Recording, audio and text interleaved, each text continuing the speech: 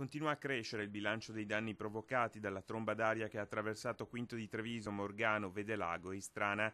Dal €1.000.000 iniziale il conto, che è ancora provvisorio, viene corretto al rialzo con il passare delle ore, arrivando a sfiorare i €2.000.000, ma alcuni cittadini non hanno ancora presentato il rendiconto e a Vedelago l'amministrazione comunale si è vista costretta ad affiggere degli avvisi pubblici per invitare i residenti a presentare le proprie richieste di risarcimento.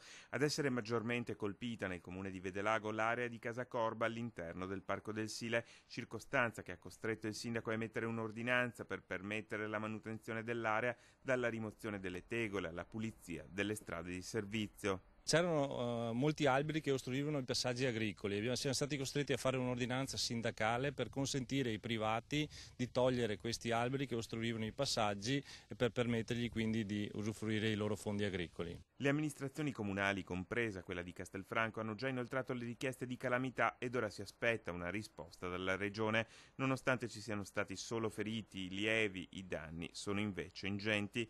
A questo punto la priorità è quella di ripartire, anche se tra i cittadini ad avere il sopravvento è in molti casi la rassegnazione. Ho avuto un'impresa questa mattina, mi devo ancora fare il preventivo, diciamo che l'avevo fatto nuovo 7 anni fa, mi era costato €24.000, comprando tutte le tegole nuove.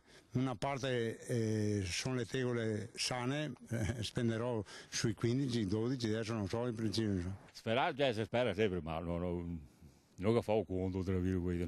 Certo, danni importanti ancora da quantificare. Ieri ho fatto la richiesta che sia inserita Castelfranco Veneto nello stato di crisi, aspettiamo risposte dalla Regione per poi capire come muoverci.